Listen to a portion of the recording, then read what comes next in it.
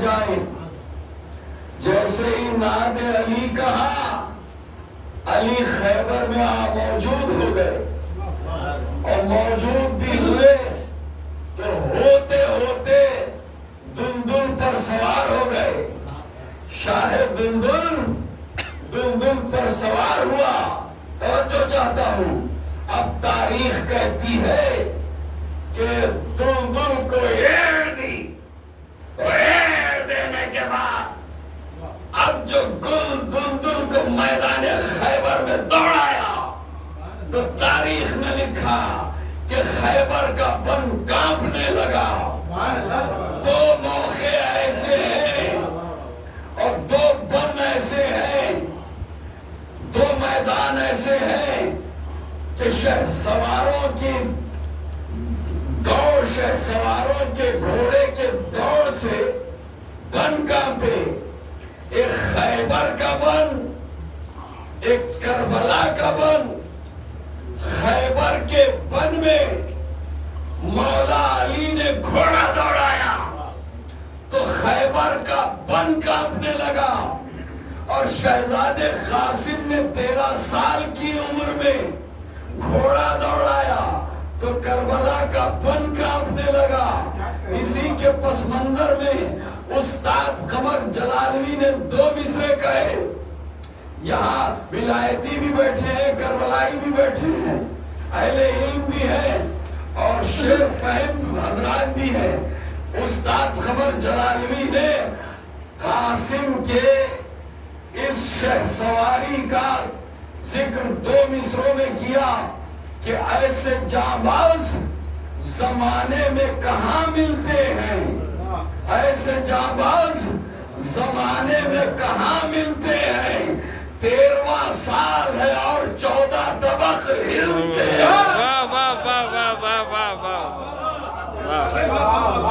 13واں سال ہے اور 14 طبق ہلتے ہیں.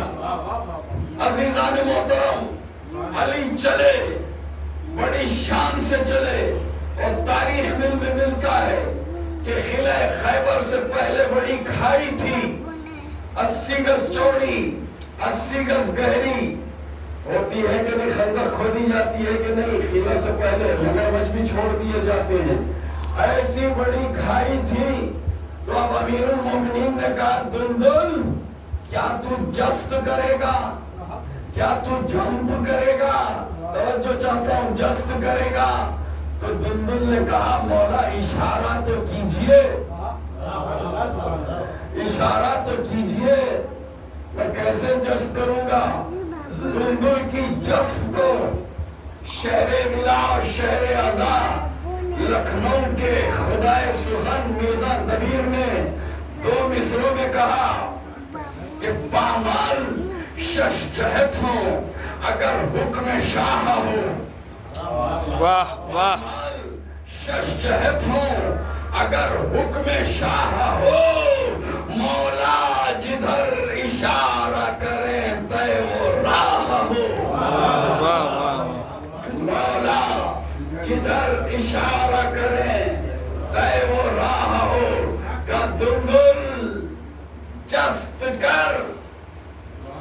دلدل نے اب جو جست کی تو کھائی کے اس پار سے اس پار پہنچ گیا, اور جب ٹاپیں زمین پر پڑی تو غبار اٹھا, چنگاریاں اٹھی. علی دلدل سے اترے, اور یہ جو یہودی علماء بیٹھے تھے قلعہ خیبر کے اوپر, وہ کبھی تورات دیکھنے لگے, کبھی علی کا چہرہ دیکھنے لگے. کیا سن رہے ہیں؟ تورات دیکھا, علی کا چہرہ دیکھا. اس کا مطلب یہ ہے کہ علی کا ذکر قرآن ہی میں نہیں, تورات میں بھی ہے. خیبر کا ذکر تورات میں بھی ہے. اب جب علی نے پتھر میں علم گاڑا تو تب یہودی علماء نے مرحب سے کہا مرحب, اب تیری خیر نہیں, کل تک جو آئے تھے وہ اور تھے, آج جو آیا ہے وہ اور ہے.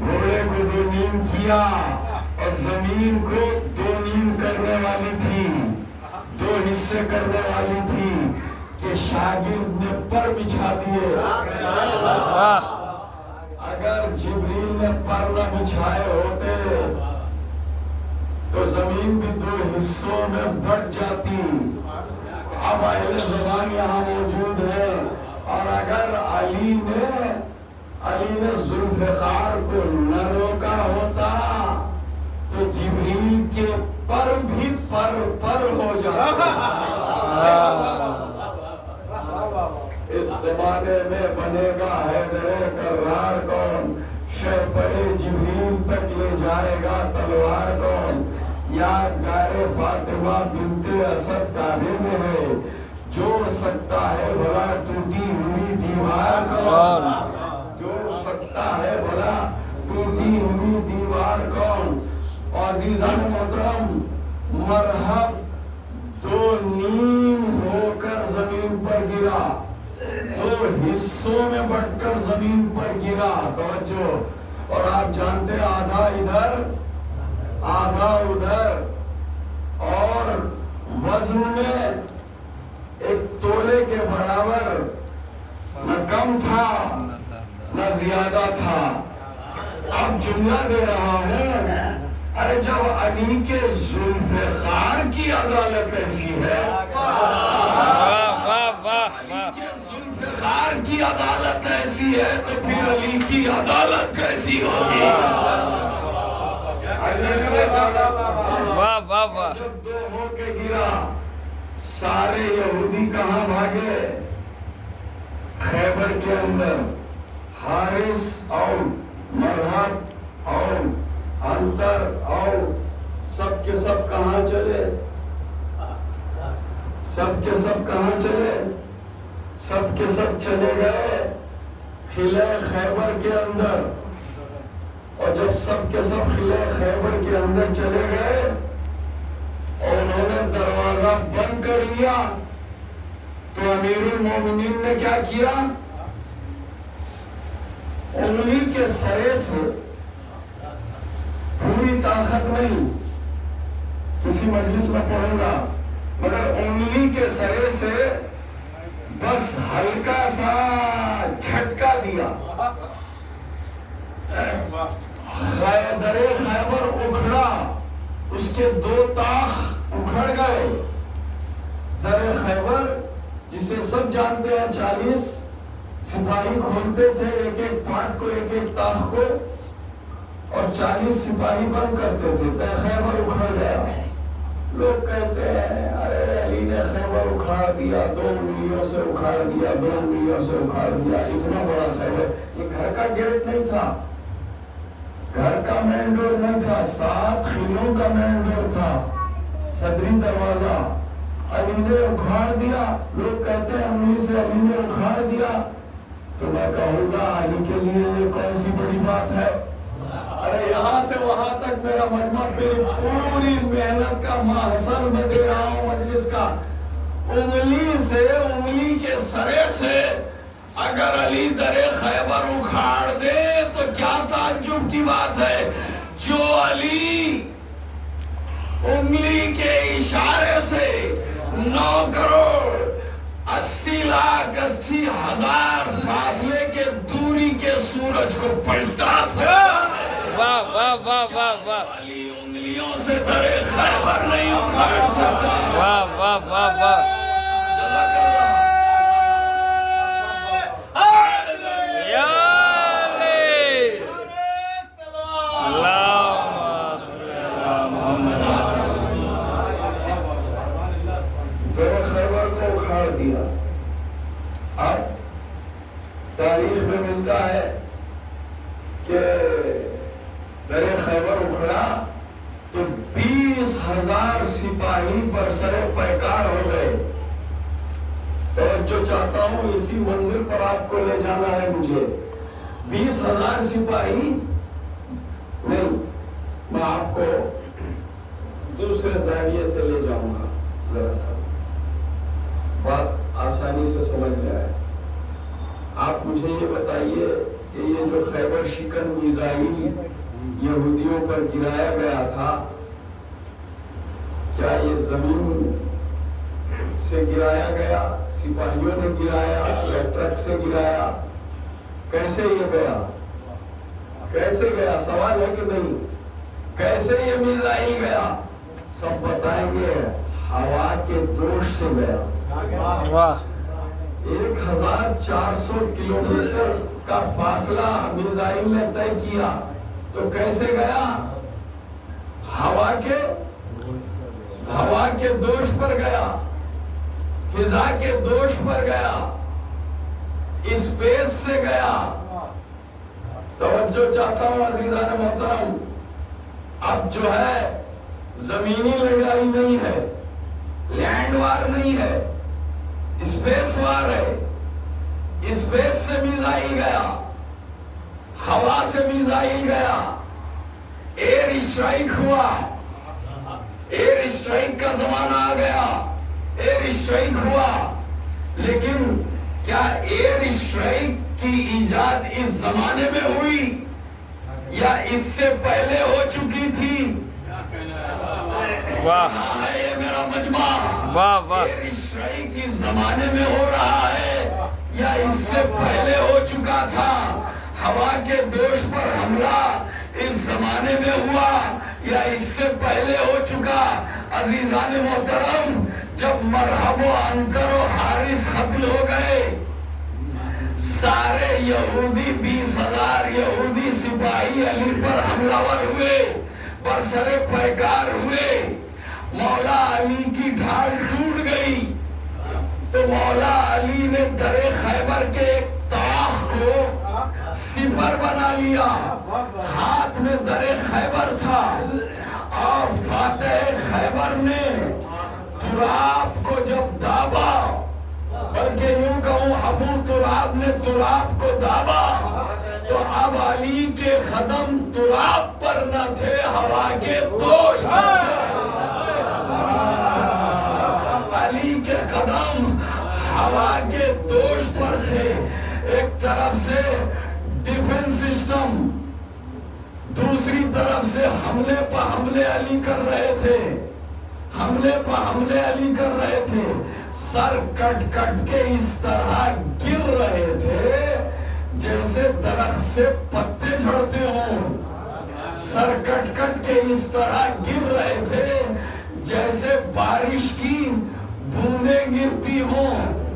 علی کے قدم ہوا پر تھے، علی کے قدم ہوا پر تھے، علی کے قدم ہوا پر تھے۔ منافق صحابیوں کے رخ رسول کے چہرے کی طرف تھے۔ ارے کیا سن رہے ہیں آپ؟ رسول کے اتنا جلن تھا کہ علی کے حملے کو بھی برداشت نہ کر سکے۔ ادھر ہونی چہرہ ہونا چاہیے تھا، ادھر چہرہ ہو گیا ادھر، اور ہانپتے کانپتے رسول سے کہہ رہے تھے، یا رسول اللہ، علی نے مرحب کو قتل کر دیا، علی نے عنتر کو قتل کر دیا، علی فتح کرنے جا رہے ہیں۔ پیغمبر نے مسکرا کے کہا، میرے چہرے کو کیا دیکھ رہے ہو؟ ارے علی والوں کیا سن رہے ہو؟ میرے چہرے کو کیا دیکھ رہے ہو؟ علی کے قدموں کو دیکھو کہ علی کے قدم کہاں ہے۔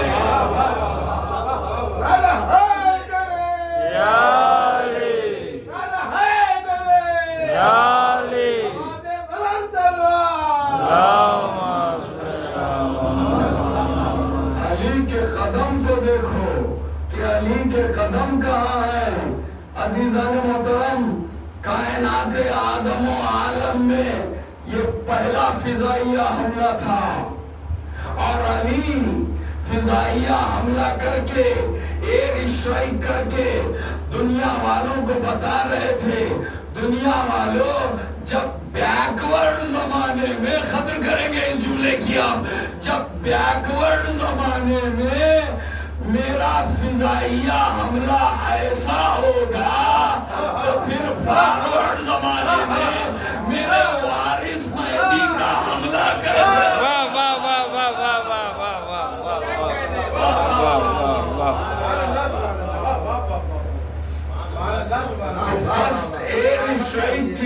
کیا؟ فرسٹ فضائیہ حملہ کس کا تھا؟ علی ابن ابی طالب کا تھا۔ اور اگر علی ابن ابی طالب کا یہ سائنٹیفک فضائیہ حملہ تھا تو سائنس کی کتابوں میں سب سے پہلے کس کا نام ہونا چاہیے؟ علی کا نام۔ یہ تو اپنوں کی بے رخی اور غیروں کا تعصب ہے کہ علی کا نام ان کتابوں میں نہیں ہے، اور جس کتاب میں علی کا ذکر نہ ہو وہ کتاب کس قابل؟ میں نہیں کہوں گا، حضرت شہباز خلندر کہیں گے۔ وہ شہباز خلندر جنہوں نے کہا دمادم مست خلندر، علی کا پہلا نمبر، علی کو پہلا نمبر دینے والے شہباز خلندر سے پوچھیں، شہباز خلندر بتاؤ جس کتاب میں علی کا ذکر نہ ہو وہ کتاب کس قابل؟ تو شہباز خلندر کہتے ہوئے نظر آئیں گے، ہر آن کتاب کے در اون ابو ذکر مرتضی، لعنت برون کتاب وہ صاحب کتاب کن جس کتاب میں علی کا ذکر نہ ہو۔ مجلس والوں، جس کتاب میں علی کا ذکر نہ ہو اس کتاب پر بھی لعنت، اس کتاب کے لکھنے والے پر بھی لعنت۔